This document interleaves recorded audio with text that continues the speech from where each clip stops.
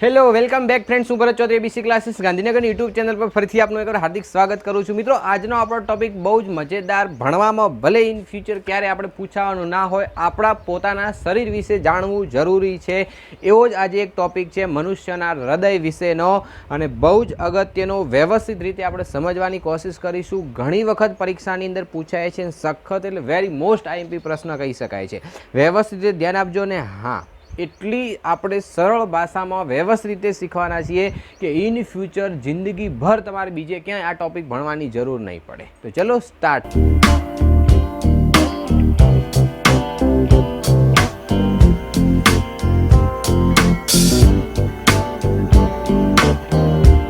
હવે આપણે સ્ટાર્ટ કરીએ છીએ આપણો ટોપિક. તો તમને ખ્યાલ જ છે શું? મનુષ્યનું હૃદય. હવે અહીંયા એક મેં આકૃતિ દોરેલી છે. આની અંદર વ્યવસ્થિત રીતે આપણે સમજીશું સ્ટેપ બાય સ્ટેપ, અને એના પહેલાં એના અમુક જે કહેવાય સૌથી પાયાની બાબતો એ આપણને ખબર હોવી જોઈએ. તો આજે મનુષ્યનું જે હૃદય છે એ હૃદય ક્યાં આવેલું છે? તો આપણા શરીરના છાતીના ભાગની અંદર સહેજ ડાબી બાજુમાં આપણે હાથ રાખીશું તો ધક ધક ધક ધક જે અવાજ આવતો હોય છે એ શું ચાલે છે? હૃદય ચાલે છે. હૃદય એટલે કે આપણા શરીરનો એક પંપ છે જે જગ્યાએ રુધિરનું શુદ્ધિકરણ થતું હોય છે. એની સાઇઝ કેટલી છે?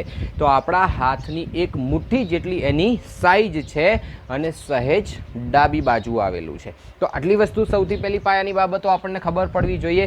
અને હવે જુઓ, અહીંયા આ જે છે જુદા જુદા ખંડોમાં વિભાજન થયેલું છે. એકદમ નાનો પ્રશ્ન પૂછાય કે મનુષ્યનું હૃદયને ખંડોમાં કેમ વિભાજન થયેલું હોય છે? તો એ ખંડોમાં વિભાજન થયેલું હોય એનું એક જ કારણ છે કે ઓક્સિજનવાળું પણ રુધિર હોય અને કાર્બન ડાયોક્સાઇડ વાળું પણ રુધિર હોય. એટલે કે ઓક્સિજન યુક્ત અને ઓક્સિજન વિહીન એ બંને રુધિર અગર મિક્સ થઈ જાય તો ના ચાલે. તો એ રુધિરને અલગ રાખવા માટે આપણું જે હૃદય છે એ કેટલા ખંડોમાં વિભાજન થયેલું છે? 4 ખંડોમાં. એટલે કે મનુષ્યનું હૃદય ચતુષ્ખંડીય હોય છે. યાદ રાખજો, કેવું? ચતુષ્ખંડીય. હવે આપણે વાત કરીએ કે આની અંદર આના ભાગો કયા ભાગને શું કહેવાય એ વ્યવસ્થિત રીતે આપણે સમજવાની કોશિશ કરીએ. તો જે ઉપરના જે ભાગ છે, યાદ રાખજો, ઉપરના ભાગો જેને આપણે શું કહીશું? કર્ણક કહીશું. કર્ણક. અને જે નીચેના જે ભાગો છે જેને આપણે કહીશું ક્ષેપક. હવે કર્ણકની અંદર 2 કર્ણક અને 2 ક્ષેપક. જોજો, યાદ રાખજો. હવે અમુક વખતે આ લોચા થઈ જતા હોય છે, કર્ણક કયું અને ક્ષેપક કયું. નોર્મલ કક્કો આપણને આવડે છે, એની અંદર પહેલો શું આવે?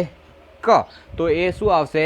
કર્ણક જે છે એ ઉપર છે, અને છેલ્લે આપણે જ્યારે કક્કો બોલી તો ક્ષ અને જ્ઞ છેલ્લે, એટલે ક્ષ છેલ્લે આવે છે એવું સમજીએ. તો ક્ષ એટલે છેલ્લે, તો એ ક્યાં હશે? નીચે. ઉપરથી નીચે તરફ જઈએ એટલે કર્ણકો ઉપર અને ક્ષેપકો નીચે. ચલો, આટલી વસ્તુ ખબર પડી ગઈ. હવે આને આપણે નામકરણ કરી દઈએ છીએ. ધ્યાનથી સમજવાની કોશિશ કરજો. અને નામકરણ આના ઉલટા થાય છે. જો અત્યારે અહીંયા આકૃતિ છે, હું આમ છું, તો અત્યારે ધારો કે આ સમજીએ તો આપણે શું સમજીએ? આને જમણો હાથ એટલે જમણું કર્ણક. સોરી, એવી રીતે યાદ નથી રાખવાનું. આપણે અહીંયા છીએ તો આપણું હૃદય અહીંથી આમ સમજવાનું, અહીંથી આમ સમજવાનું. તો આપણી જે આ ડાબી બાજુ જે છે એ ડાબી બાજુ એ આની ડાબી બાજુ થશે. એટલે જ્યારે આપણે લખીએ છીએ ત્યારે ખાસ ધ્યાન રાખવાનું. ભલે અહીંયા અત્યારે જમણી બાજુ દેખાય છે, પણ એને શું કહીશું આપણે? ડાબું કર્ણક કહીશું. યાદ રાખજો, અહીંયા લોચા ના થાય ખાસ. તો કઈ રીતે યાદ રાખવાનું કીધું? આમ અહીંથી આમ છે એવું સમજવાનું. બરાબર? હવે આપણે જોવાનું, તો ડાબું કર્ણક થઈ ગયું, અને જે નીચેનો જે ભાગ છે એને આપણે શું કહીએ છીએ? ડાબું ક્ષેપક. ચલો ડન. આટલી વસ્તુ ખબર પડી ગઈ. આ બાજુ આપણે વિચારીએ તો અહીંયા જ્યારે આપણે વાત કરીએ છીએ તો આ શું થયું? હવે જમણું કર્ણક, અને આ જે ભાગ છે એને આપણે શું કહીશું? જમણું ક્ષેપક. આકૃતિ દોરતા હું શીખવાડીશ. આકૃતિનો સ્પેશિયલ એક વિડીયો બનાવવાનો છે, એટલે એ તમે જોઈ લેજો. એટલે આકૃતિ દોરતા તમને આવડી જશે. બાકી નોર્મલ અત્યારે સમજાવું છું, એના વિશે સમજજો. ને હજી અગર કોઈને કદાચ ક્યાંય ન ખબર હોય તો આ આપણું દિલ છે. ખબર છે ને? અમુક લોકો કોઈને આપી દેતા હોય છે એમને એમ, એ હાચવીને રાખવાનું, આપી ના દેતા કોઈને. બરાબર? એકવાર તો એક ભાઈ શું કે ખબર, કે એને છાતીમાં દુખાવો થતો હતો. તો કે શું થાય છે? કે દિલ દુખાય છે. બોલ, આવું બી થાય કદાચ, ધ્યાન રાખજો. તો આપણે અહીંયા સમજીએ કે આ જે ભાગ છે એ શું છે? ડાબું કર્ણક, અને આ જે ભાગ છે એ શું છે? ડાબું ક્ષેપક. પછી અહીંયા છે જમણું કર્ણક અને અહીંયા છે જમણું ક્ષેપક. તો 4 ખંડોની અંદર જે વિભાજન થયેલું છે એ 4 ખંડોના નામ આપણને કમ્પ્લીટ આવડવા જોઈએ. હવે જુઓ કે અહીંયા જે આ ભાગ છે એ જાડો ભાગ છે, અને અહીંયા જે આ 4 ખંડોને જુદી પાડતી આ એક સપાટી દેખાય છે. તો આ જે જુદી પાડતી જે સપાટી છે ને એને શું કહેવાય? પટલ કહેવાય. પટેલ નહીં, આ પટલ. શું કહેવાય? એક પડદો છે, અને એ પડદાને આપણે શું કહીએ છીએ? પટલ તરીકે ઓળખવામાં આવશે. તો આટલી વસ્તુ કમ્પ્લીટ થઈ ગઈ છે. હવે જુઓ અહીંયા ધ્યાનથી સમજવાની કોશિશ કરીએ તો આ જે છે ને આ આવું કેમ કર્યું છે? અહીંથી પણ લોહી આમ આવશે અને અહીંથી લોહી આમ આવશે. તો આ જે લોહી અંદર જે આવે છે એને આપણે શું કહીએ છીએ? તો ફૂ પડદો ફરી ફૂ શીરા. અમુકને ત્યાં નામ બોલવામાં તકલીફ પડતી હોય છે. ફૂફૂસીય શીરા. ચલો આટલું કામ થઈ ગયું. આ બંનેના નામ સેમ છે. આ બે ક્યાંથી આવે છે એ બધું હું સમજાવીશ હજી. છેલ્લે સુધી ખાસ જોજો તો બધું સમજાવી દઈશ આરામથી. તો જ્યારે અહીંયા ફૂફૂસીય શીરામાંથી લોહી ક્યાં આવે છે? ડાબા કર્ણકમાં. ક્યાંથી આવતું હશે? તો ફેફસામાંથી. 2 ફેફસામાંથી લોહી અહીંથી સીધું અહીંયા આવશે ડાબા કર્ણકમાં. કોના મારફતે? ફૂફૂસીય શીરા મારફતે. તો સીધું રુધિર આવ્યું ડાબા કર્ણકમાં. ડાબા કર્ણકમાંથી સીધું રુધિર ક્યાં જશે? ડાબા ક્ષેપકમાં. યાદ રાખજો ક્યાં જશે? ડાબા ક્ષેપકમાં. અહીંયા જો દેખાતું હોય તો ધ્યાનથી સમજો. અહીંયા 2 મીંડા મૂકેલા છે. કેમ 2 મીંડા મૂકેલા છે? અહીંયા દ્વિદલ વાલ્વ છે. યાદ રાખજો, દ્વિદલ વાલ્વ. દ્વિદલ વાલ્વ મતલબ કે 2 કાણાવાળો વાલ્વ છે. એક વખત રુધિર અગર નીચે જતું રહે તો પાછું ક્યારેય નહીં જાય, કારણ કે અહીંયા વાલ્વ મૂકેલા છે. ઉપરથી રુધિર નીચે આવશે, બાકી નીચેથી પાછું ક્યારેય નહીં જાય. ક્લિયર આટલા સુધીમાં? તો હવે એમ થાય કે અહીંયા 2 છે, આ બાજુ કેટલા હશે? તો અહીંયા 3 છે. એ કેવી રીતે યાદ રાખવાના એ બી શીખવાડીશ. ચલો, તો રુધિર અહીંયાથી સીધું અહીંયા આવી ગયું ડાબા કર્ણકમાંથી સીધું ક્યાં આવ્યું? ડાબા ક્ષેપકમાં. તો જ્યારે રુધિર આની અંદર આવે છે ત્યારે શિથિલન. શિથિલન એટલે શું થવું? મોટું થવું. અને પછી જ્યારે અહીંથી રુધિર આનું સંકોચન થશે એટલે રુધિર સીધું ક્યાં આવી જશે? ડાબા ક્ષેપકમાં. એટલે ડાબું ક્ષેપક હવે શું થશે? શિથિલન થશે. અને હવે ત્યાંથી રુધિર જોજો અહીંથી અહીંયા આવ્યું આટલા સુધી, અને હવે દ્વિદલ મારફતે ડાબા ક્ષેપકમાં આવીને રુધિર હવે પાછું ક્યાં જશે? તો રુધિર ઉપર ચડજો. અહીંયા કાપેલું નથી, નીચેથી છે. આ ઓવરબ્રિજ છે.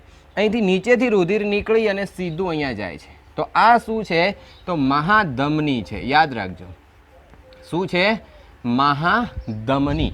એટલે કે આપણા જે હૃદયમાંથી રુધિર હવે મહાધમની મારફતે ક્યાં જશે? શરીરના દરેક ભાગો સુધી વહન પામે છે. તો આ શરીરના જુદા બધા ભાગોમાં ગયું. હવે એનું વર્ણન આપણે આગળ નહીં કરીએ. દરેક ભાગોમાંથી રુધિર પાછું હૃદયમાં આવશે. તો એના માટેની અહીંયા 2 પાછી બીજા અહીંયા દ્વાર છે. એને આપણે શું કહીએ છીએ?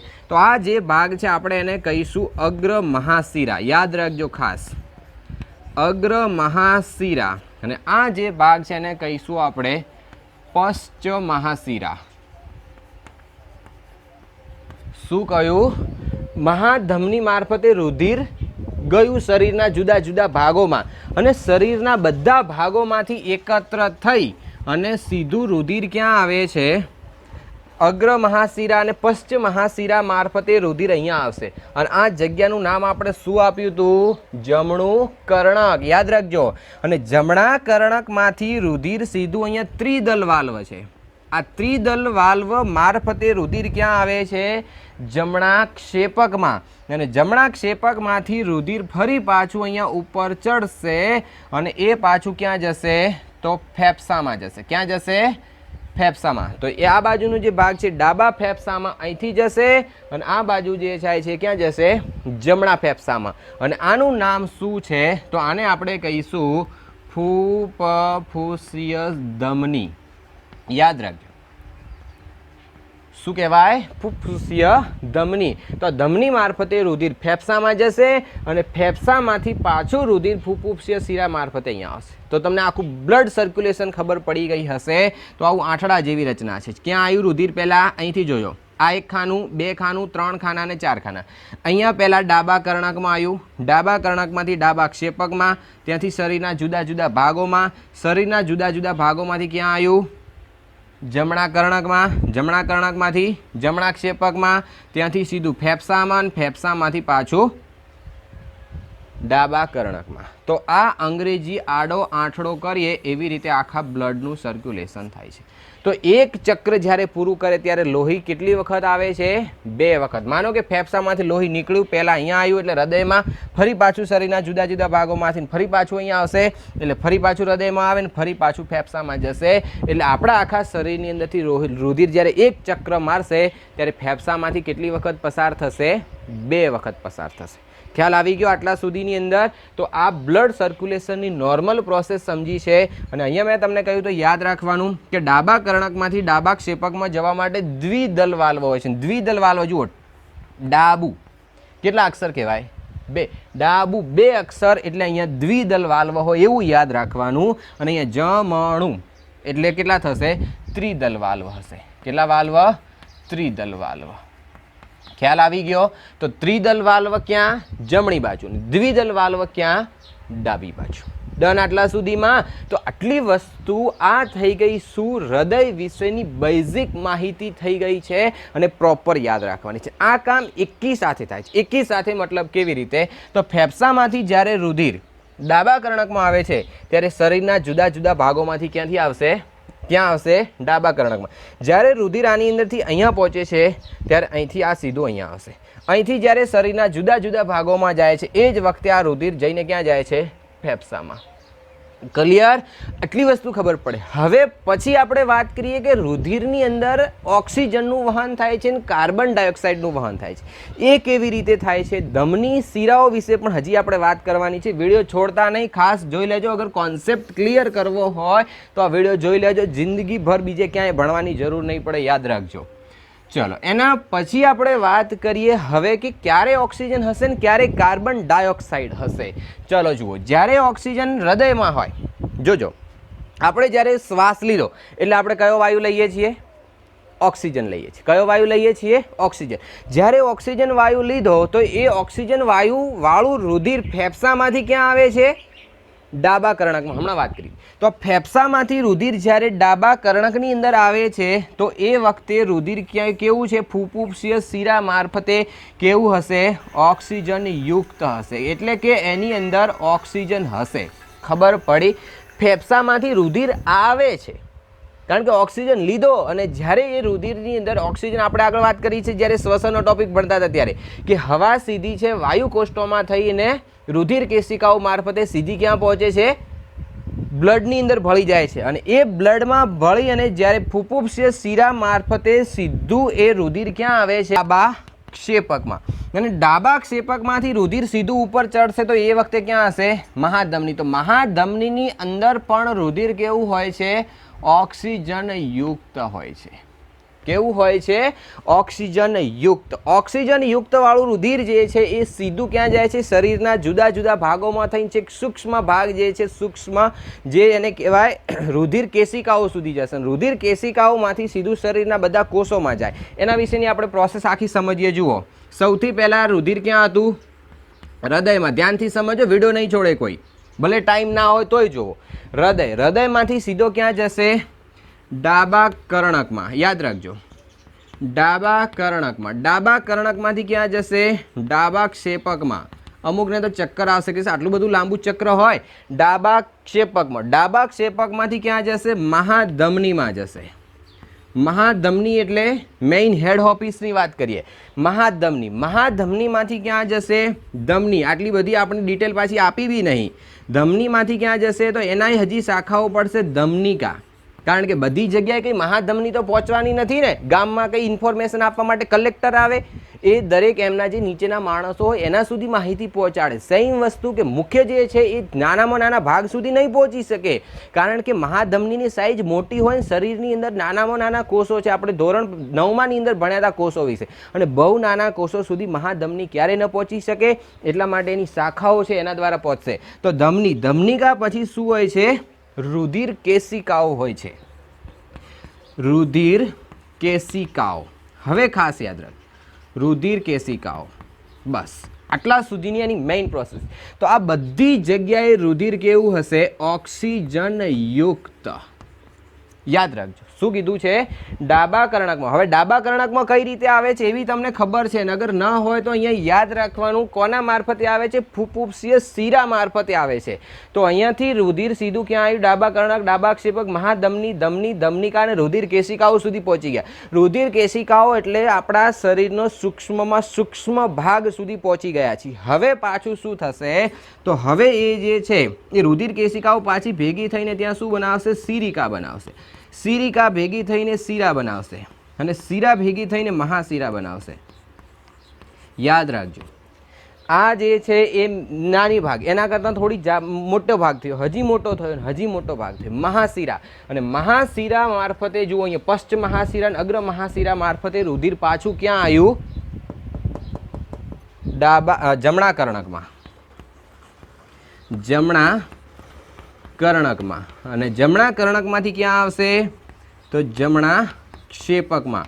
અને જમણા ક્ષેપકમાંથી રુધિર ક્યાં જાય છે, ક્યાં, ફુફુક્ષીય ધમની મારફતે સીધું ફેફસામાં. એટલે પાછું અહીંયા ફેફસા આવશે,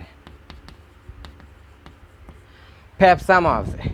ખ્યાલ આવી ગયો આટલી વસ્તુ. અને આ જે આખો ભાગ છે એની અંદર રુધિર કેવું હશે, કાર્બન ડાયોક્સાઇડ યુક્ત હશે. રીઝન કે જ્યારે રુધિર કેશિકાઓ સુધી ઓક્સિજન જાય છે ત્યારે એની અંદર શું થાય છે કે જે આપણા શરીરની અંદર જે કોષો છે એની અંદર જે ખોરાક આપણે લઈએ છીએ ખોરાક સાથે પ્રક્રિયા થશે, ગ્લુકોઝ સાથે પ્રક્રિયા થશે. જ્યારે ગ્લુકોઝ સાથે પ્રક્રિયા થશે ત્યારે એનું નાના કણોની અંદર વિખંડન થઈ અને શું થાય છે, કાર્બન જુદો પડે છે. એ કાર્બન ઓક્સિજન સાથે ભળી જાય છે ત્યારે શું બનાવે છે, કાર્બન ડાયોક્સાઇડ બનાવે છે. અને એ કાર્બન ડાયોક્સાઇડ પછી ધીરે ધીરે થઈ અને છેક આપણા શરીરમાંથી ક્યાં પહોંચે છે, ફેફસા સુધી પહોંચે છે. ફેફસામાંથી કાર્બન ડાયોક્સાઇડ છોડી દેવામાં આવે અને પાછો ઓક્સિજન લેવામાં આવે ને ફરી આ ચક્કેડું ચાલુ થાય છે, ઉતરે છે મગજની અંદર. ખાસ યાદ રાખજો.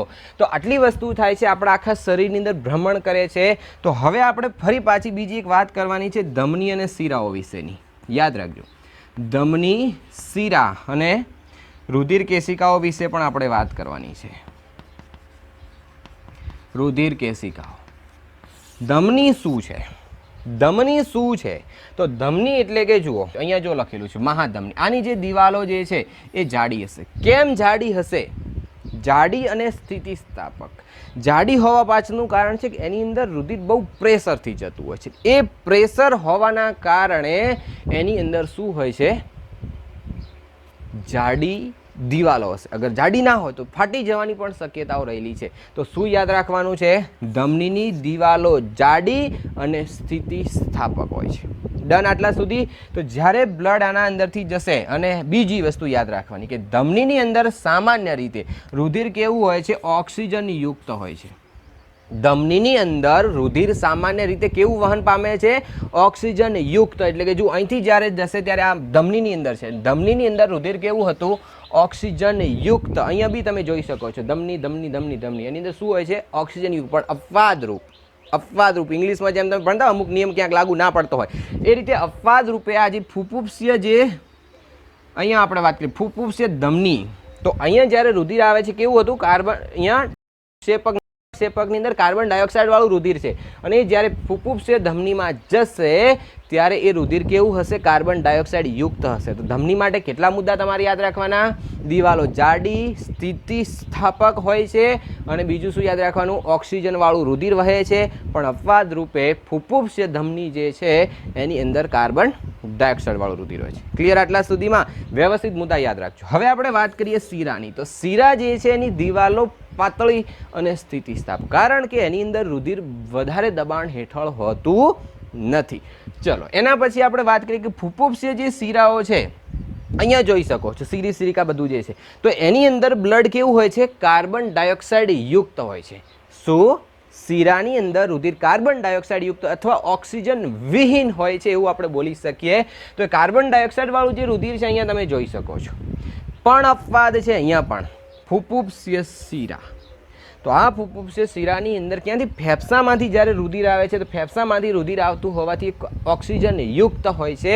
તો હવે આની અંદર ખાસ યાદ રાખજો, બંનેમાં અપવાદ કોણ, શિરામાં ફુફુક્ષીય ધમનીમાં ફુફુક્ષીય ધમની અપવાદરૂપ અને શિરાની અંદર ફુફુક્ષીય શિરા અપવાદરૂપ. થઈ ગયો આટલી વસ્તુ.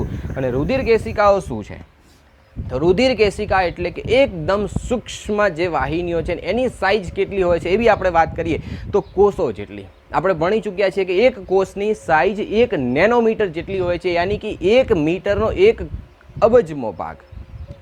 એટલી સૂક્ષ્મ હોય છે. એ એટલી સૂક્ષ્મ જે વાહિનીઓ છે આની અંદર લોહી વહેતું હોય છે.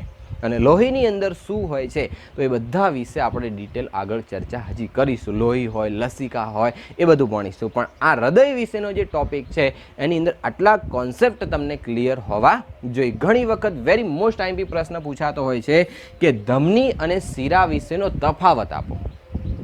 શું? ધમની અને શિરાનો તફાવત. ધમની અને શિરાના એકબીજા સાથે કમ્પેરિઝન કરવાનું કે એની અંદર કે દિવાલો જાડી, દિવાલો પાતળી, પછી સ્થિતિસ્થાપક તો બંનેની અંદર નોર્મલ છે, ઓક્સિજન વહે છે, કાર્બન ડાયોક્સાઇડ વહે છે, અપવાદ રૂપે શું છે, એના ઉદાહરણ આપવા હોય તો ઉદાહરણ પણ આપણે લખી શકીએ છીએ. વાલ્વ હોય છે કે નથી હોતા એ વસ્તુ પણ આપણે એની અંદર બતાવી શકીએ છીએ. તો ધમનીની અંદર વાલ્વ હોતા નથી, જ્યારે શિરાની અંદર વાલ્વ હોય છે, કારણ કે રુધિર જે છે ઊંચા દબાણ હેઠળ નથી હોતું, એટલે પાછું ફરવાની પણ શક્યતાઓ રહેલી હોય છે અને પાછું ન ફરે એટલા માટે વાલ્વ આવેલા હોય છે. તો વાલ્વ હોય છે, વાલ્વ નથી હોતા. આવી રીતે પણ તમે એનો તફાવતનો હજી એક મુદ્દો એડ કરી શકો છો. એકદમ વ્યવસ્થિત રીતે સમજવાની કોશિશ કરજો તો બધી જ વસ્તુ આવડશે. ઉપરના ભાગ, નીચેના ભાગ શું છે, બધી જ વસ્તુ આપણને ખબર પડવી જોઈએ. એના સિવાય આપણે હજી એ વાત કરીએ કે હૃદય જે છે એ અલગ અલગ પ્રાણીઓની અંદર અલગ પ્રકારનું હોય છે. જેમ કે માછલી છે, તો માછલીની અંદર જે હૃદય છે તો એની અંદર હૃદય છે દ્વિખંડીય હોય છે. દ્વિખંડીય એટલે કે આપણે અહીંયા વાત કરીએ 4 ખંડો હોય છે, જ્યારે માછલીની અંદર જે હૃદય છે કેવું હોય છે? દ્વિખંડીય રુધિર હોય છે. કેમ દ્વિખંડીય હોય છે? તો એના શરીર માટે વધારે ઉર્જાની જરૂર પડતી નથી, ઓછા ઉર્જાની પુરવઠા માટે એની અંદર રુધિર કેવું હોય છે? દ્વિખંડીય. તો એક ક્ષેપક હોય અને એક હશે કર્ણક. ખાલી 2 જ વસ્તુ હોય છે. અને રુધિર એના શરીરની અંદર જ્યારે ચક્ર મારશે ત્યારે ફક્ત કેટલો રાઉન્ડ? એક ચક્ર પૂરું કરે ત્યારે એક જ વખત ખાલી હૃદયમાં આવે છે. એના સિવાય આપણે ધારો કે વાત કરીએ ઉભયજીવી જે છે, જેમ કે દેડકો છે, તો એવા જ કાચબો છે, આવા જે પ્રાણીઓ છે તો એવા બધાની અંદર શું હોય છે? ત્રિખંડીય હૃદય હોય છે. કેવું? ત્રિખંડીય. કેમ ત્રિખંડીય? અને એની અંદર કયા કયા પ્રકારના ત્રિખંડીય હોય છે? તો ડાબુ કર્ણક, ડાબુ કર્ણક, જમણું કર્ણક અને ક્ષેપક. એટલે કે 2 કર્ણક હોય અને 1 ક્ષેપક હોય છે. તો આટલી વસ્તુ પણ આપણને ખબર પડવી જોઈએ. અને એના સિવાય આપણે વાત કરીએ તો મનુષ્યની અંદર, તો મનુષ્યની અંદર જે રુધિર છે એ કેવું હોય? હૃદય છે કેવું હોય છે? ચતુષ્ખંડીય હોય છે. અને ચતુષ્ખંડની અંદર કયા ખંડો છે, શું છે, એના બધા જ વિશે આપણે પૂરી ચર્ચા કરી છે. વ્યવસ્થિત રીતે તૈયારી કરજો. વિડીયો હજી બી અગર એવું લાગે તો એક વખત ફરી પ્લે કરીને જોઈ લેજો અને એક્ઝામના આગળ બી વ્યવસ્થિત રીતે જોઈ લેજો. અને આ ટોપિક જે તમને કીધું છે એ જિંદગીભર ક્યાંય નહીં ભણવું પડે, એ મારી ચેલેન્જ છે. યાદ રાખજો, વ્યવસ્થિત રીતે જો સમજવાની કોશિશ કરી હોય તો જ. પછી અહીંયા વિડીયો ચાલતો હોય ને બીજા કોઈ કામમાં ફાંફા માર્યા હોય તો પછી આશા નહીં રાખતા કે તમને આવડશે. ક્લિયર? ટૂંકા પ્રશ્નો પૂછાય એની પણ આપણે ચર્ચા થઈ ગઈ છે. આખો વિસ્તૃત પ્રશ્ન પૂછાય તો વ્યવસ્થિત રીતે સમજવાની કોશિશ કરજો તો બધું જ આવડશે. બરાબર? અને આનું લખાણ કેવી રીતે લખવાનું એના માટેની આપણે ચર્ચા કરીએ છીએ. આપણને પ્રશ્ન પૂછાય કે સમજાવો હૃદય આપણો પંપ, અથવા બીજી રીતે પૂછાય કે મનુષ્યના હૃદયમાં રુધિર પરિવહનનો પથ સમજાવો. તો કોઈપણ રીતે પ્રશ્ન પૂછાય તો આપણે મનુષ્યના હૃદય વિશે પૂરી માહિતી આપવાની રહેશે. જો મેં હમણાં આકૃતિ દોરી છે થોડી અલગ પ્રકારની છે, અહીંયા પણ આકૃતિ થોડી અલગ પ્રકારની છે, પણ મેઇન કોન્સેપ્ટ જે છે, કારણ કે આવી આકૃતિ આપણે દોરી ના શકીએ એટલા માટે જે મેં આકૃતિમાં સમજાવ્યું છે એ રીતે દોરવાની છે. પણ આકૃતિની અંદર એક નાની ભૂલ કરેલી છે કે આ જે ઉપરનો જે ભાગ છે ને એને આપણે શું કહીશું? અગ્ર મહાશિરા તરીકે ઓળખવામાં આવશે. અને જે નીચેનો જે ભાગ છે એને શું કહીશું? પશ્ચ મહાશિરા તરીકે ઓળખવામાં આવશે. એ નામ થોડા ઉલટા થઈ ગયા છે, એ ખાસ આપણે ધ્યાન રાખવાનું રહેશે. એના સિવાય બાકી કોઈ ફેરફાર નથી. જે નોર્મલ આપેલું છે એ જ પ્રમાણે આપણે કામ કરવાનું રહેશે. હવે અહીંયા જુઓ ધ્યાનથી કે પહેલો મુદ્દો છે કે હૃદય આપણી મુઠ્ઠીના કદનું એક સ્નાયુલ અંગ છે. તો આપણે હમણાં જ વાત કરી હતી કે એક મુઠ્ઠી જેટલી એની સાઇઝ હોય છે. એના સિવાય આપણે વાત કરીએ કે મનુષ્યના હૃદયમાં વિવિધ ખાનાઓ ઓક્સિજનયુક્ત રુધિર અને ઓક્સિજન વિહીન રુધિરને મિશ્ર થતું અટકાવે છે. મિત્રો ખાસ યાદ રાખજો, ઘણી વખત પ્રશ્ન એવી રીતે પૂછાય છે કે મનુષ્યનું હૃદય 4 ખંડોમાં વહેંચાયેલું છે. શા માટે? તો 4 ખંડોમાં વહેંચાવા પાછળનું રીઝન શું છે કે ઓક્સિજનયુક્ત રુધિર અને કાર્બન ડાયોક્સાઇડયુક્ત જે રુધિર છે એ મિક્સ ના થઈ જાય એટલા માટે એ રીતે આપેલું હોય છે. હવે અહીં એક નવું ટાઇટલ આપ્યું છે કે મનુષ્યના હૃદયમાં પરિવહન પથ.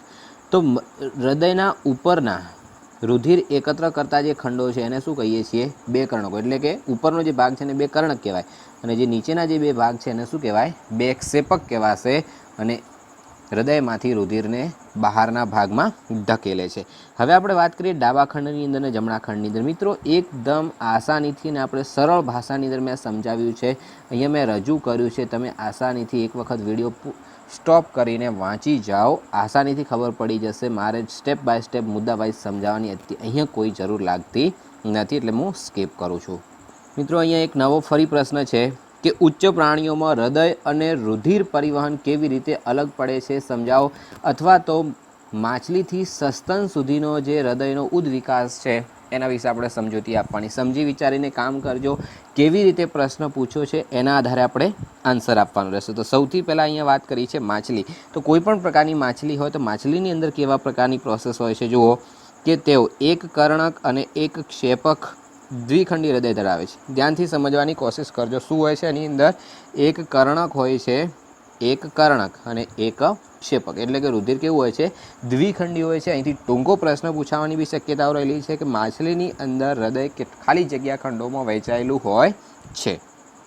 એના સિવાય આપણે વાત કરીએ કે હૃદયમાંથી રુધિર એ ઝાલર તરફ ધકેલાય છે અને રુધિર ઓક્સિજનયુક્ત થઈ અને સીધું શરીરમાં ઠલવાય છે. તો નોર્મલ પ્રોસેસ છે અને આમાં રુધિર પરિવહન એક ચક્ર દરમિયાન હૃદયમાં ખાલી એક જ વખત આવે છે. મેં હમણાં જ તમને વાત કરી હતી કે હૃદય જ્યારે મનુષ્યના હૃદયની અંદર વાત કરીએ તો એમાં એક ચક્ર પૂરું થાય ત્યાં સુધી બે વખત આવે છે, જ્યારે માછલીની અંદર ફક્ત કેટલી વખત આવે છે? એક જ વખત આવે છે. એના પછી આપણે વાત કરીએ ઉભયજીવી અને ઘણા સરીસૃપો. ઉભયજીવી શું છે હવે તમને ખબર હોવી જોઈએ કે જે પાણીની અંદર પણ રહી શકે અને જમીન ઉપર બી રહી શકે, જેમ કે દેડકો. તો આપણે એને શું કહીએ છીએ? ઉભયજીવી પ્રાણી કહીએ છીએ. અને એના સિવાય ઘણા બધા સરીસૃપો છે, એની અંદર પણ સેમ રચના હોય છે. તો ચલો આપણે સ્ટેપ બાય સ્ટેપ વાત કરીએ. સૌથી પહેલો મુદ્દો કે ઉભયજીવીઓ અને સરીસૃપો એ ઠંડા રુધિરવાળા પ્રાણીઓ છે. યાદ રાખજો, જેને શીત રુધિરવાળા પ્રાણીઓ પણ આપણે કહીએ છીએ. તેઓના શરીરના તાપમાન પર્યાવરણની તાપમાન પર આધારિત હોવાથી તેઓ વધારે ઉર્જાની જરૂર હોતી નથી. મતલબ કે જ્યારે ઠંડુ તાપમાન હોય તો એમનું શરીર છે એ ઠંડુ રહે છે, ગરમ હોય ત્યારે નોર્મલ ગરમ રહે છે. એટલે એની શરીરની અંદર જે ઉર્જાની જે જરૂરિયાત હોય છે એ વધારે નથી હોતી. વધારે જો અગર ઉર્જાની જરૂરિયાત નહીં હોય તો ઓક્સિજનનો પુરવઠો ઓછો જોશે. અગર ઓક્સિજન ઓછો જોઈએ તો રુધિરની અંદર પણ વહન નોર્મલી થશે. ઘણું બધું બહુ ડિટેલ એટલે કે જે જટિલ રીતે નથી થતું. હવે એના પછી જુઓ કે તેઓમાં બે કર્ણક હોય છે અને એક ક્ષેપ હોય. મિત્રો ખાસ યાદ રાખજો સ્ટેપ બાય સ્ટેપ. અહીંયા આપણે વાત કરી ત્યારે શું હતું? એક એક. અહીંયા કેવું આવ્યું છે? બે એક છે. ખાસ સમજી વિચારીને કામ કરવાનું છે કે બે કર્ણકો છે અને એક ક્ષેપક છે અને રુધિર કેવું છે? ત્રિખંડી છે. અહીંયા જુઓ બે ખંડો હતા, અહીંયા કેટલા ખંડો છે? ત્રિખંડીય છે. તેઓ ઓક્સિજનયુક્ત અને ઓક્સિજન વિહીન રુધિરને મિશ્ર થવાની સ્થિતિને કેટલીક હદ સુધી સહન કરી શકે છે. તો આપણે શું વાત કરી હતી? આપણા મનુષ્યના શરીરની અંદર કે જ્યારે મિક્સ ના થઈ જાય એટલા માટે ચાર ખંડોમાં વહેંચાયેલું છે મનુષ્યનું હૃદય. જ્યારે અહીંયા કેવું છે? કદાચ મિક્સ થઈ બી જાય તો થોડી હદ સુધી એ સહન કરવાની ક્ષમતા ધરાવે છે. પછી પક્ષીઓ અને સસ્તન વર્ગના પ્રાણીઓ વિશે આપણે વાત કરીએ તો તેઓ ચતુષ્ખંડીય હૃદય ધરાવે છે. ખાસ સમજવાની કોશિશ કરજો. કેવું હૃદય હોય છે? ચતુષ્ખંડીય. પક્ષીઓની અંદર બી ચતુષ્ખંડીય હોય છે. તેમના હૃદયમાં ડાબી બાજુ ઓક્સિજનયુક્ત અને જમણી બાજુ ઓક્સિજન વિહીન રુધિરને સંપૂર્ણ રીતે અલગ અલગ રાખી શકાય છે. વ્યવસ્થિત સમજવાની કોશિશ કરજો. હમણાં જ આપણે સમજ્યા છીએ. અને આ વહેંચણી શરીરને ઓક્સિજનનો વધુ કાર્યદક્ષ પુરવઠો પૂરો પાડે છે અને પ્રાણીઓનું શરીરનું તાપમાન જાળવી રાખે છે. જાળવી રાખવા માટે ઉર્જાની વધુ જરૂરિયાત હોય તેના માટે આ પદ્ધતિ ખૂબ જ લાભદાયક છે. હમણાં આગળ આપણે વાત કરી છે તો એ આખા અલગ અલગ મુદ્દા છે. સમજી વિચારીને સમજવાની કોશિશ કરશો તો આસાનીથી તમને યાદ રહી જશે. બિલકુલ નોર્મલ વસ્તુ છે. અને અહીંયા હમણાં આપણે વાત કરી હતી એ પ્રમાણે જુઓ અંગ્રેજી આંઠાડા પ્રમાણે આની રચના થાય છે.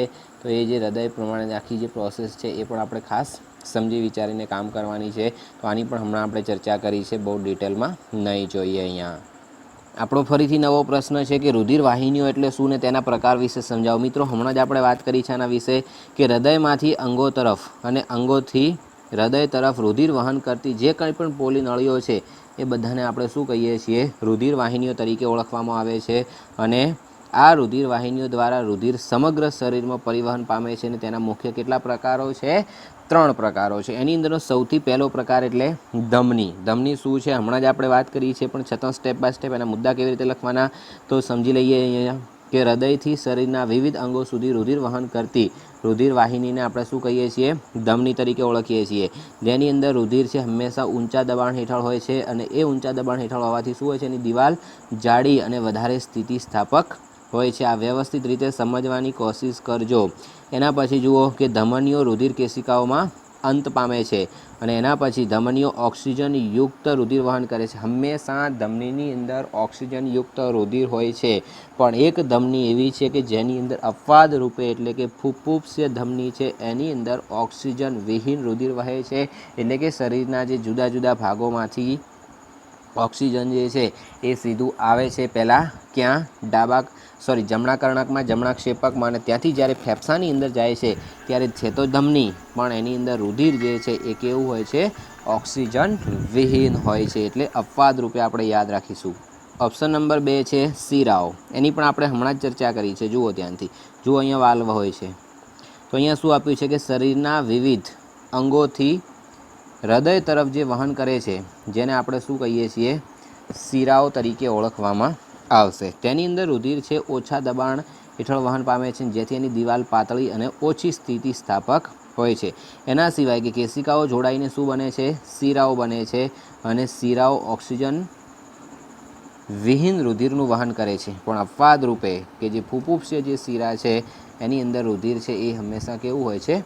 ઓક્સિજન યુક્ત હોય છે. તો આટલી વસ્તુ આપણને ખબર પડી. આ કઈ જગ્યાએ હોય છે? તો જ્યારે ફેફસામાંથી જ્યારે લોહીને લાવે છે ત્યારે એની અંદર શું હોય છે? ઓક્સિજન હોય છે. એટલા માટે એ અપવાદ રૂપે આપણે યાદ રાખવાનું રહેશે. હવે આપણે વાત કરીએ રુધિર કેશિકાઓ વિશેની, કે અંગો અને પેશીઓ પાસે પહોંચતી ધમની વધુને વધુ નાની વાહિનીઓમાં વિભાજન પામે છે. સિમ્પલ વસ્તુ મેં હમણાં તમને સમજાવ્યું છે કે જે મેઇન જે માણસો એ છેક છેવાડાના ભાગ સુધી ના જઈ શકે, એટલા માટે એની નીચે શું હોય છે? બીજા અન્ય સભ્યોની ગોઠવણી થયેલી હોય છે. સેમ વસ્તુ કે જે એ નાની નાની શાખાઓમાં વિભાજન પામી અને જે કોઈ વાહિનીઓ ત્યાં વિભાજિત થાય છે તેને આપણે શું કહીએ છીએ? રુધિર કેશિકાઓ તરીકે ઓળખવામાં આવશે. તેથી બધા જ કોષોની સાથે રુધિરનો સંપર્ક થઈ શકે, અને સૌથી નાની વાહિનીઓ દિવાલ જે છે એ કેટલી હોય છે? એક કોષીય જાડાઈ ધરાવે છે, જેને આપણે શું કહીએ છીએ?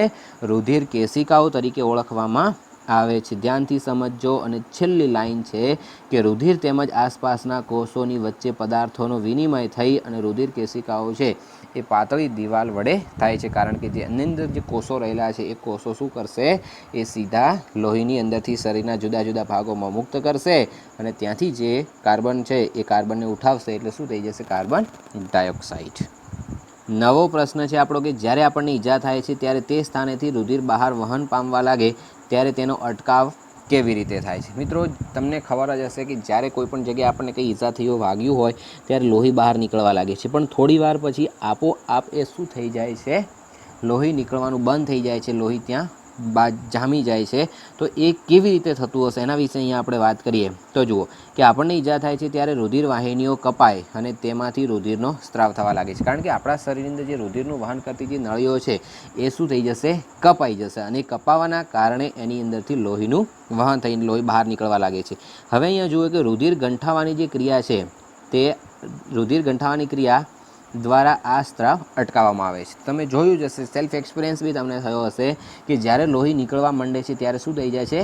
ગંઠાઈ જાય છે, બાજી જાય છે, એવું પણ આપણે કહી શકીએ. એના પછી વાત કરીએ કે સામાન્ય રીતે રુધિરના વધુ સ્ત્રાવના દબાણથી ઉણપ આવે છે. કારણ શું છે? જ્યારે રુધિર આપણા શરીરની અંદર વહન થતું હોય ત્યારે શું હોય છે? દબાણ હેઠળ હોય છે. દબાણ હેઠળ હોવાથી જે જગ્યાએ ક્યાં આગળ કોઈ કાપ આવી જશે તો એનું જે દબાણ છે એ દબાણની અંદર ઉણપ આવી જાય છે. પરિણામે રુધિર ધકેલાવાની જે કાર્યક્ષમતા છે એની અંદર ઘટાડો થઈ જાય. સિમ્પલ વસ્તુ છે કે જ્યારે આપણે વધારે ધક્કો મારતા હોઈએ છીએ, એટલે કે આપણા શરીરની અંદર લોહીની અંદર જે વધારે ધક્કો આવતો હશે એટલે લોહી સ્પીડથી આગળ વધતું હશે, પણ થાય એવું કે એની જે સ્પીડ છે એ સ્પીડ શું થઈ જશે? દબાણ ઓછું હોવાના કારણે ઘટી જાય છે. આ સ્થિતિને અટકાવવા માટે રુધિરના ત્રાક કણો કામ કરે છે. યાદ રાખજો, ત્રાક કણો જે રુધિર સાથે સમગ્ર શરીરમાં પરિવહન પામતા હોય છે. યાદ રાખજો, ખાસ ત્રાક કણો કામ કરે છે. તેઓ રુધિર સ્ત્રાવના સ્થાને એકત્ર થઈ અને રુધિર ગંઠાઈ જવાની અંદર એને મદદ કરે છે અને આ રીતે ઈજા સ્થાને રુધિરને એના માર્ગને અવરોધે છે. મિત્રો ખાસ ધ્યાન રાખીને કામ કરજો. 2 માર્ક્સની અંદર પ્રશ્ન પૂછાવાની શક્યતાઓ રહેલી છે અને આકૃતિ પણ અહીંયા આપેલી છે, એ આપણે જોઈ શકીએ છીએ. મિત્રો છેલ્લા પ્રશ્નની આપણે વાત કરી લઈએ છીએ કે લસિકા એટલે શું, તે કેવી રીતે નિર્માણ પામે છે અને વહન પામે છે, તેના કાર્યો પણ જણાવો. તો કેટલી વસ્તુ આપવાની છે? લસિકા શું છે, કેવી રીતે નિર્માણ પામે છે અને વહન કેવી રીતે પામે છે અને તેના કાર્યો. ટૂંકમાં આ એક પ્રશ્નની અંદર આપણે 4 જવાબ આપવાના છે. ધ્યાનથી સમજવાની કોશિશ કરીએ. સૌથી પહેલાં શું લખ્યું છે કે લસિકા એટલે શું, એના વિશે અગર આપણે વાત કરીએ તો લસિકા પરિવહન કાર્ય સાથે સંકળાયેલું છે ને એક રંગવિહીન પ્રવાહી છે. યાદ રાખજો કેવું છે, રંગવિહીન પ્રવાહી. ટૂંકો પ્રશ્ન પૂછાય કે લસિકાનો કલર, તો એનો કોઈ કલર હોતો નથી. ઓપ્શન નંબર 2 એટલે કે બીજો મુદ્દો છે કે કેશિકાની દિવાલમાં આવેલા છિદ્રો દ્વારા કેટલાક પ્રમાણમાં રુધિર રસ, પ્રોટીન અને રુધિર કોષો એ પેશીઓના અવકાશમાં આવે છે અને આ રીતે લસિકા નિર્માણ પામે છે. એકદમ નોર્મલ ભાષામાં ફરીથી રિપીટ કરું છું, ધ્યાન રાખીને સમજવાની કોશિશ કરો કે જે કેશિકાઓની જે દિવાલ છે એ કેશિકાની દિવાલની અંદર શું આવેલા હોય છે? કેટલાક છિદ્રો આવેલા હોય અને એ છિદ્રોની અંદર શું થાય છે? રુધિર રસ, પ્રોટીન અને રુધિર કોષો એ પેશી કોષોના અવકાશ એટલે કે ત્યાં ખાલી જગ્યા હોય એની અંદર ભરાય છે અને જેને આપણે શું કહીએ છીએ? લસિકા તરીકે ઓળખવામાં આવે છે. અને લસિકા એ રુધિરના રુધિર રસ જેવું હોય છે. યાદ રાખજો કેવું હોય છે? રુધિર રસ. રુધિર રસ એટલે શું હોય છે? તો એની અંદર ત્રાક કણો હોય છે, શ્વેત કણો હોય છે અને રક્ત કણો હોય છે. બધાથી ભેગું થઈ અને રુધિર રસ બને છે. એના જેવું જ હોય છે, પરંતુ એની અંદર પ્રોટીનની માત્રા ઓછી હોય છે. બ્લડની અંદર જેટલી પ્રોટીનની માત્રા હોય તેના કરતાં આમાં કેવી હોય છે? ઓછી હોય છે. ખાસ ધ્યાનથી સમજવાની કોશિશ કરજો. જુઓ થોડુંક ઝાંખું થઈ ગયું એટલે મેં ફરી ભૂસી કાઢ્યું છે. અહીંયા જુઓ કે બાહ્યકોષીય અવકાશમાં આંતરકોષીય વાહિકાઓમાં લસિકા દ્વારા લસિકાનું વહન અને લસિકા વાહિનીઓમાં થાય છે. યાદ રાખજો, લસિકા કેશિકાઓ દ્વારા લસિકા વાહિનીઓની અંદર એનું વહન પામે છે અને અંતે તે શિરા રુધિરના લસિકાને મિશ્ર થાય છે. યાદ રાખજો શું થઈ જાય છે? મોટી જે શિરાઓ છે એ મોટી શિરાની અંદર એટલે કે એની અંદર જે રુધિર છે એની અંદર લસિકા મિક્સ થઈ જશે. અને હવે આપણે એના કાર્યો વિશે વાત કરીએ એટલે આપણો આજનો ટોપિક બિલકુલ પૂરો થઈ જશે કે નાના આંતરડાની અંદર પાચિત ચરબીનું શોષણ અને વહન કરાવે છે. યાદ રાખજો, નાના આંતરડાની અંદર શું થાય છે? જે પાચિત ચરબી હોય એનું શોષણ પણ કરે છે અને વહન પણ કરાવે છે. અને બીજો મુદ્દો કે બાહ્યકોષીય અવકાશમાં વધારાનું પ્રવાહી ખેંચી લઈ અને રુધિરના પ્રવાહમાં પાછું મોકલે છે. એટલે કે જે વધારાનું જે બાહ્ય કોષીય અવકાશ એટલે કે જે ખુલ્લી જગ્યા હોય એની અંદર કોઈ વધારાનું જો પ્રવાહી પડી રહેલું હોય તો એને ખેંચી લેશે અને લોહીની અંદર એ પાછું મોકલી દે છે. એટલે કે આપણા આખા શરીરની અંદર ભ્રમણ સરળતાથી થઈ શકે છે. ચલો ફ્રેન્ડ્સ, અહીંયા આપણો આ ટોપિક પૂરો કરીએ છીએ. આઈ હોપ કે તમને એકદમ ફેન્ટાસ્ટિક રીતે ખબર પડી હશે અને મજા પણ આવી હશે. અને આવા જ મજેદાર ટોપિક આપણી આ ચેનલ ઉપર આવતા રહે છે અને એ સતત અગર વિડીયો જોવા હોય તો ચેનલને સબસ્ક્રાઈબ કરી રાખજો, વિડીયો લાઇક જરૂર કરી દેજો કે જેથી મારું પ્રોત્સાહન વધશે અને મારું પ્રોત્સાહન વધશે તો આવા ઢેર સારા વિડીયો તમને જોવા મળશે. તો ફરી મળીશું આવા જ એક નવા મજેદાર ટોપિક સાથે. ત્યાં સુધી ગુડ બાય, જય હિન્દ.